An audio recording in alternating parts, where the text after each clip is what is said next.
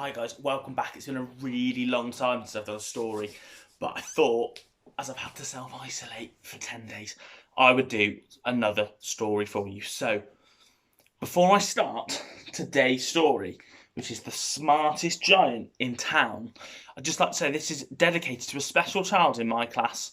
Well, one of the special children in my class. All my classes are actually special, but one child in particular who unfortunately is leaving us on Monday, and we won't be able to say our goodbyes properly because we're now isolating due to coronavirus, but we wish her all the very best in her new school, and they're very lucky to have her.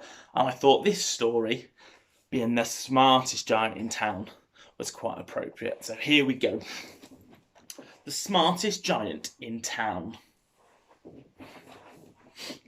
by Julia Donaldson, one of my favourites. George was a giant, the scruffiest giant in town. He always wore the same pair of old brown sandals and the same old patched gown. "I wish I wasn't the scruffiest giant in town," he said sadly. But one day, George noticed a new shop. It was full of smart clothes, so he bought a smart shirt, a smart pair of trousers, a smart belt, a smart stripy tie, some smart socks with diamonds up the sides, and a pair of smart, shiny shoes. "Now I'm the smartest giant in town," he said proudly. George left his old clothes behind in the shop, but he was about to go home when he heard a sound. On the pavement stood a giraffe who was sniffing sadly. "What's the matter?" asked George. "It's my neck," said the giraffe. "It's so very long and so very cold. I wish I had a long warm scarf." "Cheer up," said George, and he took off his stripy tie. "It didn't match my socks anyway," he said, as he wound it round and round the giraffe's neck. "It made a wonderful scarf." "Thank you," said the giraffe. As George strode towards home, he sang to himself, "My tie is a scarf for a cold giraffe. But look me up and down, I'm the smartest giant in town."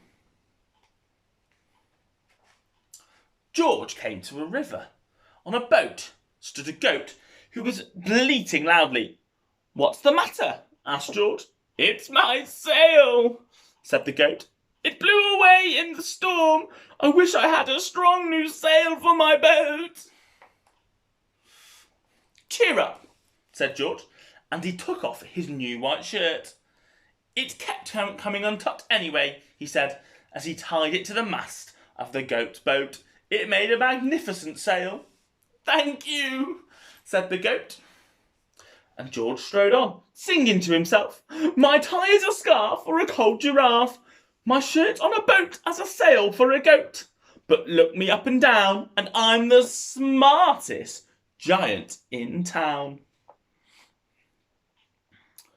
George came to a tiny ruined house. Beside the house stood a white mouse, with lots of baby mice.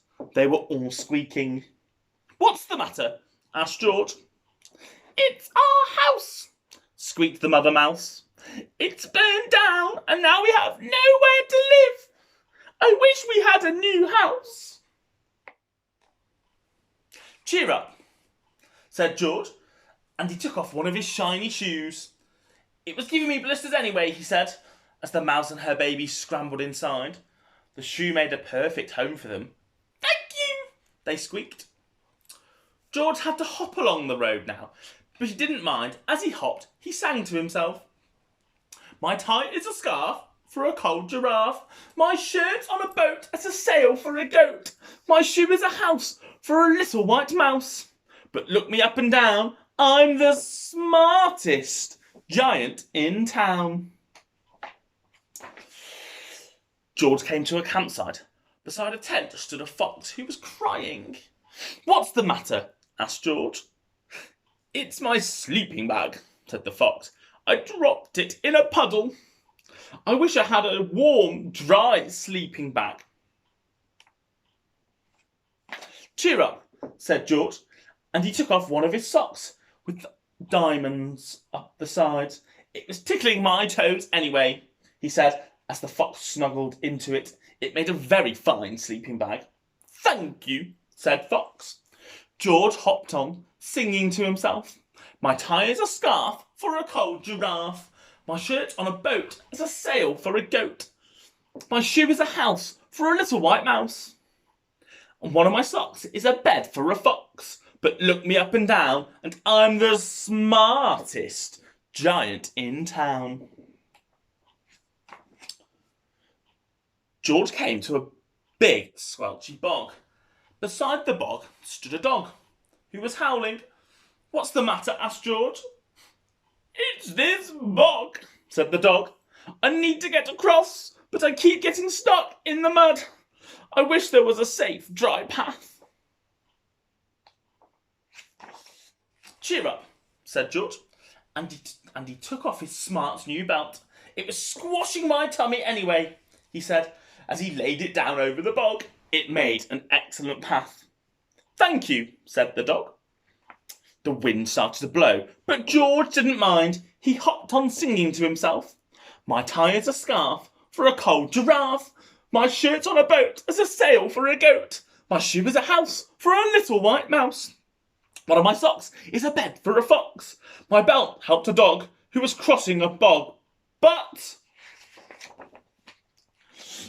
my trousers are falling down. I'm the coldest giant in town.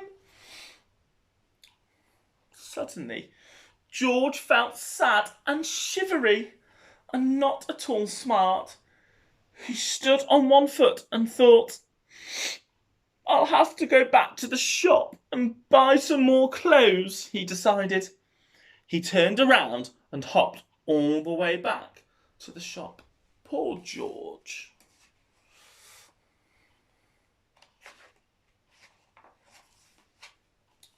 But when he got there, it was closed. Oh no, cried George. He sank down onto the doorstep and a tear ran down his nose. He felt as sad as all the animals he had met on his way home. Then out of the corner of his eye, he saw a bag with something familiar poking out the top. George took a closer look. My gown, he yelled. My dear old gown and sandals. George put them on. They felt wonderfully comfortable. I'm the cosiest giant in town. And he danced back home along the road. That was very posh then, sorry. Outside his front door stood all the animals he had helped. They were carrying an enormous present. Come on, George, they said. Open it. George untied the ribbon. Inside was a beautiful gold paper crown and a card. Look inside the card, George, said the animals. George put the crown on his head and opened the card. Inside it said, Your tie is a scarf for a cold giraffe. Your shirt's on a boat as a sail for a goat. Your shoe is a house for a little white mouse. One of your socks is a bed for a fox. Your belt helped a dog who was crossing a bog. So here is a very fine crown to go with the sandals and gown of the kindest giant in town. The end. I hope you enjoyed that. To all my class, I hope you're all really well, and good luck to the one child who's moving away really sadly. Take care. Goodbye for now.